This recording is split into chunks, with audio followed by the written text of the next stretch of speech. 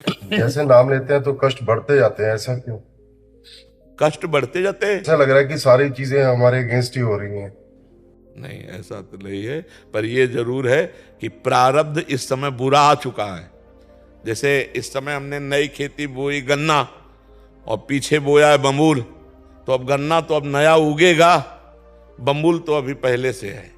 तो ये पूर्व का प्रारब्ध आ गया और अभी भजन शुरू किया, अब आपको निगेटिव दिखाई देने लगा।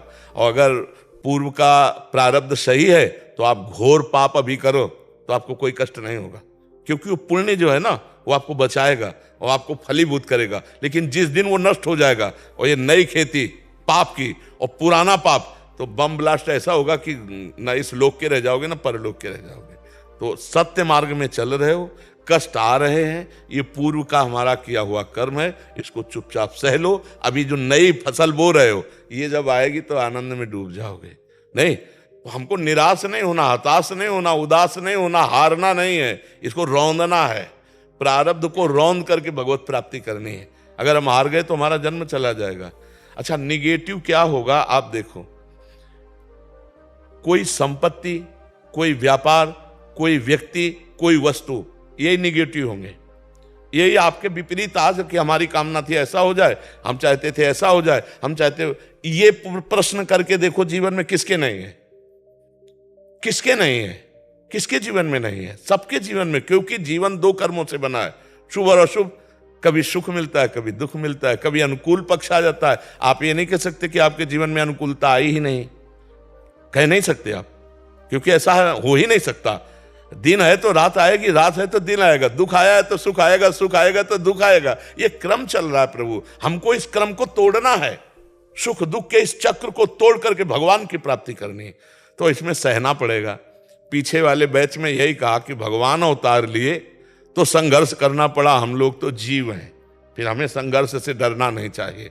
चाहे रामावतार हो, चाहे कृष्णावतार हो, चाहे भगवान का जो अवतार हो, आप उस अवतार में देखो भगवान को संघर्ष करना पड़ा इस संसार में, तो हम तो जीव हैं, फिर हम संघर्ष से क्यों डरे?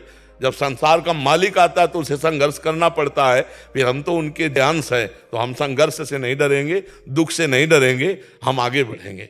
आगे बढ़ो, नाम मत छोड़ना, नाम मत छोड़ना। नाम छुटाने के लिए माया आपको ऐसा दर्शन करा रही है कि नाम जब जब से शुरू किया तब से बुरा, कभी कभी संयोग लग जाता है। जैसे अब कल से आपका बुरा प्रारब्ध शुरू है, अब आज आप सत्संग सुने हो, कल से गीता भागवत सब लेके घर गए और विपत्ति शुरू, ये मरा वो ये, तो ये हुआ यार, जब से भागवत आई है घर में, जब से गीता और जब से सत्संग सुना है, चैन खो गया, गंगा जी में पधराया।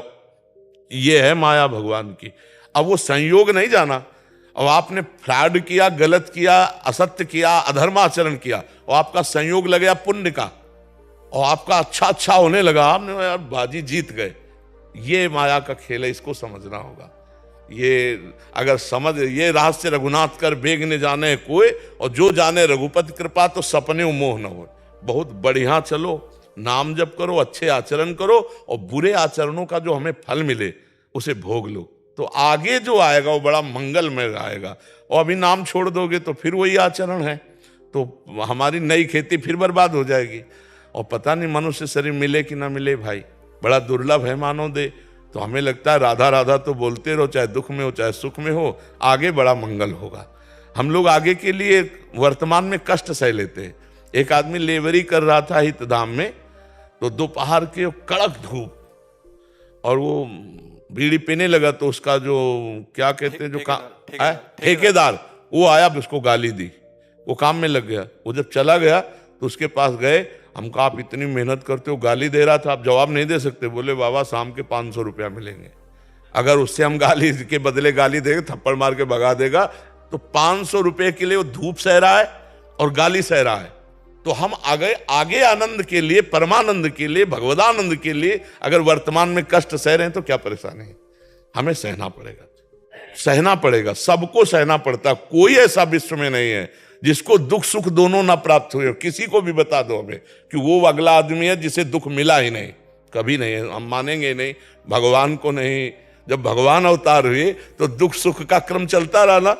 हम वही पीछे बताया कि भैया सुबह राज्याभिषेक रघुनाथ जी का, महामंगल मोद अवधपुरी में, सामय के 14 वर्ष का वनवास है, तापस वेश विशेष उदासी, 14 वर्ष राम। बिगड़ गई बात, पूरी अयोध्या उजड़ गई। 14 वर्ष तड़प तड़प के अयोध्यावासी भगवान के विरह में जिए, 14 वर्ष। और कहाँ था राम राजा बनने वाले, आनंद मंगल छा रहा था। तो भाई देख लो, भगवान की अवतार लीला में दिखाया गया नहीं संघर्ष, नंगे पैर भगवान हो, क्या क्या सब। तो हमें लगता है हम लोग उनके जन हैं, हमको ये संघर्ष लड़ना चाहिए, हारना नहीं चाहिए।